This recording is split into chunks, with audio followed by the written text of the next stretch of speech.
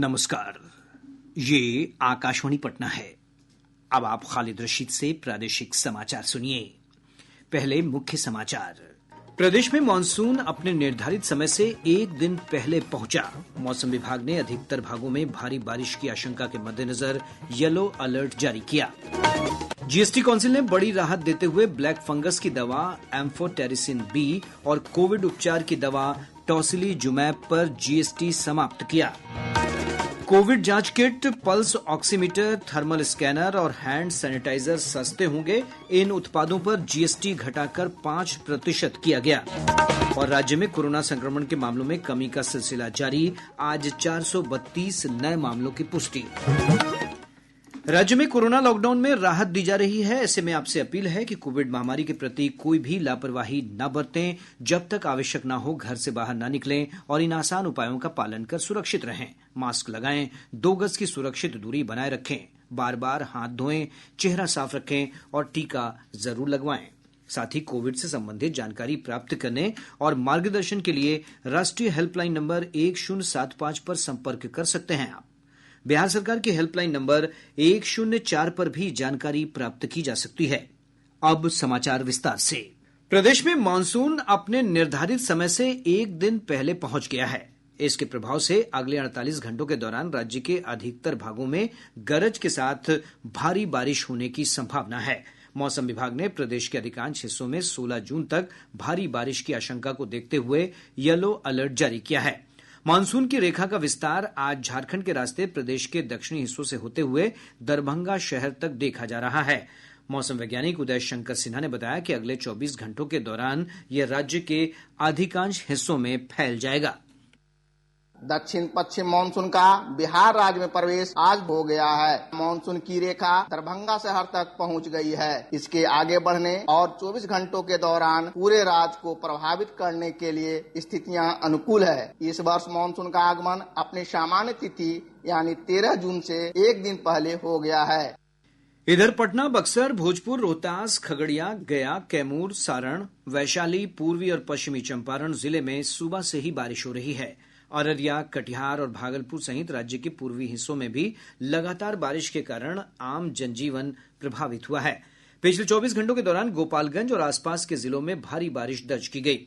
राज्य में सबसे अधिक 12 सेंटीमीटर बारिश गोपालगंज जिले के हथुआ में रिकॉर्ड की गई।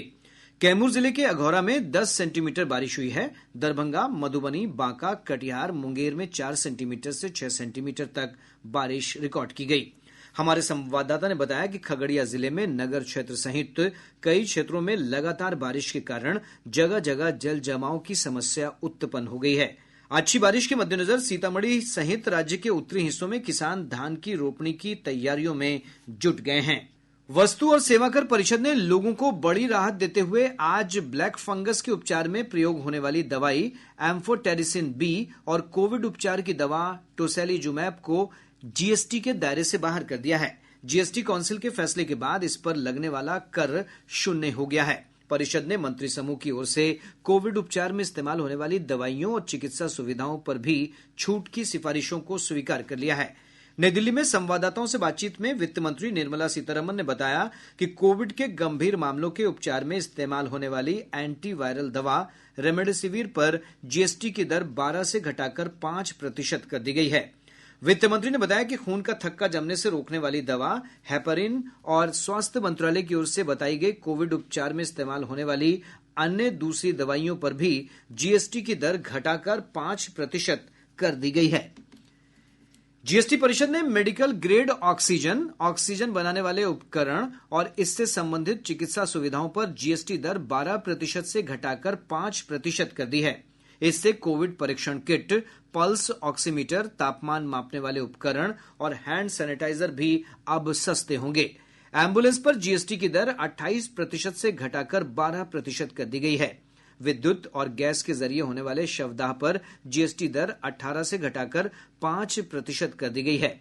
जीएसटी परिषद ने इन सभी छूट को इस वर्ष सितंबर तक के लिए बढ़ा दिया है। इधर उप मुख्यमंत्री सह वित्त मंत्री तारकिशोर प्रसाद ने कोविड के उपचार में काम आने वाली दवाओं और उपकरणों को जीएसटी में छूट दिए जाने पर केंद्र सरकार के प्रति आभार व्यक्त किया है। वहीं Bihar chamber of commerce and industries ने भी इस फैसले का स्वागत किया है। राज्य में कोरोना संक्रमण के मामलों में कमी का सिलसिला जारी है। आज संक्रमण के 432 नए मामले सामने आए। स्वास्थ्य विभाग से प्राप्त जानकारी के अनुसार सबसे अधिक 37 मामलों की पुष्टि पटना जिले से हुई है। वहीं पूर्णिया जिले से 33, सुपौल से 32, सीवान से 28 और सारण जिले से 24 नए मामले सामने आए हैं। स्वस्थ होने की दर बढ़कर लगभग 98% हो गई है। देश में कोविड के सक्रिय मामलों और संक्रमण के नए मरीजों की संख्या में लगातार कमी आ रही है। पिछले 24 घंटों के दौरान कोविड-19 के 84,332 नए मामलों की पुष्टि हुई है। स्वास्थ्य मंत्रालय के अनुसार पिछले 70 दिनों में यह सबसे कम संख्या है।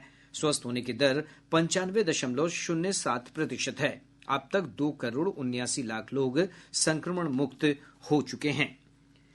प्रदेश में अब तक 1,18,52,876 लोगों को कोविड से बचाव के टीके दिए जा चुके हैं। कल 1,31,726 लोगों का टीकाकरण किया गया। इधर देश में अब तक 24,96,00,000 से अधिक टीके लगाए गए हैं। नीति आयोग के स्वास्थ्य मामलों के सदस्य डॉक्टर वीके पॉल ने कहा है कि कोरोना वैक्सीन की 2 डोज के बीच के अंतराल में तुरंत कोई बदलाव करने की आवश्यकता नहीं है। कोविशील्ड के 2 टीकों के बीच के अंतराल को कम करने के बारे में पूछे जाने पर कहा कि सभी निर्णय सावधानी पूर्वक लिए जाने चाहिए। डॉक्टर पॉल ने कहा कि प्रतिरोधी क्षमता संवर्धन संबंधी राष्ट्रीय तकनीकी सलाहकार समूह के निर्णय का सम्मान किया जाना चाहिए। फैसले जो हैं वो इंस्टीट्यूशनलाइज मैकेनिज्म में किए जाते हैं और वो मैकेनिज्म जो एनटेबी है, national technical advisory group on immunization है, वो इन सुझावों को रिसीव भी करते हैं। वहाँ एक्सपर्ट्स हैं। ये फैसले फिर पूरी पिक्चर को लेके किए जाते हैं। तो अभी तक भी किए गए और सिस्टमैटिकली उन्होंने साइंस देखा। सब कुछ देखने के बाद जो राय दी है कि 3 महीने के बाद हमें नेक्स्ट वैक्सीन लगना चाहिए, क्लैरिटी उन्होंने दी। लेकिन अगर और डेटा आता है, सुझाव आते हैं, उसको वो कंसिडर कर सकते हैं। साइंस के जो फैसले हैं, साइंस जो दिखाई देती है और जो कॉन्टेक्स्ट में अप्लाई करना होता है, उसको जोड़ के किए जाते हैं। प्रादेशिक समाचार आप आकाशवाणी पटना से सुन रहे हैं। देश में कोविड महामारी की दूसरी लहर के प्रकोप का असर जानने के लिए देशव्यापी सीरो सर्वेक्षण कराया जाएगा। नीति आयोग के सदस्य डॉक्टर वीके पॉल ने कहा कि इस सर्वेक्षण के लिए सभी प्रबंध कर लिए गए हैं। उन्होंने कहा कि भारतीय आयुर्विज्ञान अनुसंधान परिषद ICMR सर्वेक्षण का अगला दौर इसी महीने शुरू करेगा। उन्होंने कहा कि इससे देश में कोरोना वायरस के प्रभाव और इसकी वर्तमान स्थिति की पहचान करने में मदद मिलेगी। डॉक्टर पॉल ने कहा कि सीरो सर्वेक्षण के अलावा निगरानी, वायरस के म्यूटेशन और इसकी जीनोम सीक्वेंसिंग पर भी जोर दिया जाना चाहिए। हमें एक नेशनल सीरो सर्वे पे ही डिपेंड होकर नहीं करना होगा। हमें राज्यों को भी सीरो सर्वे करने के लिए उत्साहित करना होगा। ये वक्त है उस काम को करने का और सर्वेलेंस जो है वो हर ज्योग्राफी में हो, क्योंकि फैसले जो हैं वो स्टेट एंड सब स्टेट एंड डिस्ट्रिक्ट लेवल पे होने चाहिए। इन चीजों के उसी पे ही कंट्रोल करें। भारतीय खाद्य निगम FCI ने प्रधानमंत्री गरीब कल्याण अन्न योजना के तहत सभी राज्यों और केंद्र शासित प्रदेशों को 70 लाख टन से अधिक मुफ्त खाद्यान्न की आपूर्ति कर दी है। प्रधानमंत्री नरेंद्र मोदी ने सोमवार को घोषणा की थी कि देश में लगभग 80 करोड़ लोगों को नवंबर तक इस योजना का लाभ दिया जाएगा। उपभोक्ता मामले और सार्वजनिक वितरण मंत्रालय से प्राप्त जानकारी के अनुसार केंद्र सरकार प्रधानमंत्री गरीब कल्याण अन्न योजना के तहत खाद्य सब्सिडी, अंतर्राज्यीय परिवहन और वितरक के लाभ सहित वितरण का पूरा खर्च वहन करेगी। कोरोना महामारी के काल में सबसे अधिक चर्चा में कोई शब्द है तो वो है रोग प्रतिरोधक क्षमता यानी इम्यूनिटी। रोग प्रतिरोधक क्षमता बढ़ाने के लिए लोग तरह तरह के उपाय कर रहे हैं। इनमें आयुर्वेदिक काढ़ा का उपयोग भी प्रमुख है।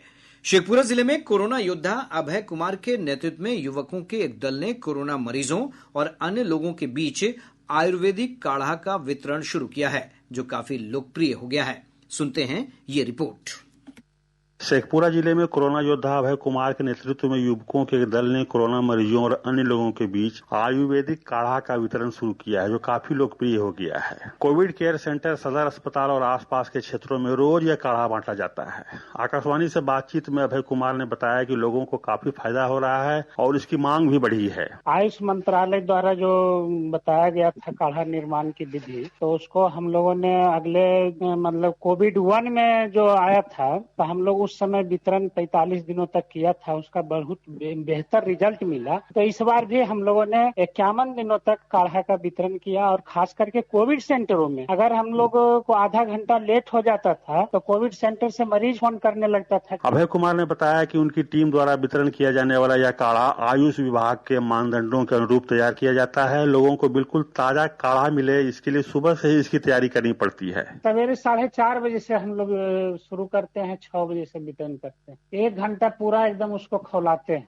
शेखपुरा में कोविड केयर सेंटर, जखराज स्थान, सदर हॉस्पिटल, तरछा मोहल्ला, बुधौली, प्लस बरबीघा बाजार में थाना चौक, हटिया मोड़, महुआ तल, प्लस और आसपास के गांव में भी हम लोगों ने जा करके वितरण किया, जिससे अवेयरनेस का प्रोग्राम किया कि आप लोग भी अपने घर में काढ़ा का निर्माण करें और उसका लाभ उठाएं। शेखपुरा के युवाओं की सेवा भावना की सराहना चारों ओर हो रही है। लोगों को इसका फायदा हो रहा है, इससे इनकी लोकप्रियता भी बढ़ी है। आकाशवाणी समाचार के लिए शेखपुरा से निरंजन कुमार। शेखपुरा जिला में सोशल मीडिया के माध्यम से कोविड टीकाकरण को लेकर अफवाह फैलाने पर जिला शिक्षा पदाधिकारी नंद किशोर राम ने 3 शिक्षकों के खिलाफ नोटिस जारी कर जवाब मांगा है। अरवल के इंडोर स्टेडियम में जिलाधिकारी जे प्रियदर्शी ने आदर्श कोविड टीका केंद्र का उद्घाटन किया। शिवहर जिले में कोविड टीकाकरण अभियान को बढ़ावा देने के लिए जिला प्रशासन की ओर से टीका लेने वाले लाभार्थियों में से चयनित 6 लोगों को विभिन्न उपहार देकर सम्मानित किया गया। आज विश्व बाल मजदूरी निषेध दिवस है। अंतर्राष्ट्रीय श्रम संगठन ने वर्ष 2002 में यह दिवस मनाने की शुरुआत की थी ताकि दुनिया भर में इस समस्या के समाधान के उपाय किए जा सकें। इस वर्ष इस दिवस का थीम है अभी कार्रवाई करें, बाल श्रम समाप्त करें। केंद्रीय मंत्री स्मृति ईरानी ने इस अवसर पर लोगों को बाल श्रम के मामलों की जानकारी देने के लिए पेंसिल पोर्टल या चाइल्ड हेल्पलाइन 1098 पर कॉल करने की अपील की है। गया के अधिकारी प्रशिक्षण अकादमी में आज 19वीं पासिंग आउट परेड का आयोजन किया गया। इसमें 20 कैडेट सैन्य अधिकारी बने हैं। कैडेट ने सेना के बैंड की धुन पर पासिंग आउट मार्च में भाग लिया। अकादमी के कमांडेंट जीएवी रेड्डी ने बताया कि कोरोना के कारण परेड में कैडेट के अभिभावकों को शामिल नहीं किया गया। हालांकि परेड का सजीव प्रसारण दूरदर्शन के माध्यम से किया गया। सीतामढ़ी जिले के बथनाहा थाना क्षेत्र अंतर्गत अपराधियों ने एक व्यक्ति की गोली मारकर हत्या कर दी। अपराधियों ने 4 लाख रुपए भी लूट लिए। पश्चिम चंपारण जिले के वाल्मीकि नगर टाइगर रिजर्व अभयारण्य क्षेत्र में वन कर्मियों ने हिरण का शिकार करते हुए तस्कर को रंगे हाथ गिरफ्तार कर लिया। और अब अंत में मुख्य समाचार एक बार फिर। प्रदेश में मानसून अपने निर्धारित समय से एक दिन पहले पहुंचा। मौसम विभाग ने अधिकतर भागों में भारी बारिश की आशंका के मद्देनजर येलो अलर्ट जारी किया। जीएसटी काउंसिल ने बड़ी राहत देते हुए ब्लैक फंगस की दवा एम्फोटेरिसिन बी और कोविड उपचार की दवा टोसिलीजुमैब पर जीएसटी समाप्त किया। कोविड जांच kit, pulse oximeter, thermal scanner और हैंड सैनिटाइजर सस्ते होंगे। इन उत्पादों पर जीएसटी घटाकर 5% किया गया।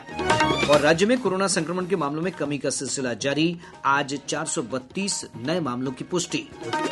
इसके साथ ही आकाशवाणी पटना से प्रसारित प्रादेशिक समाचार का ये अंक समाप्त हुआ।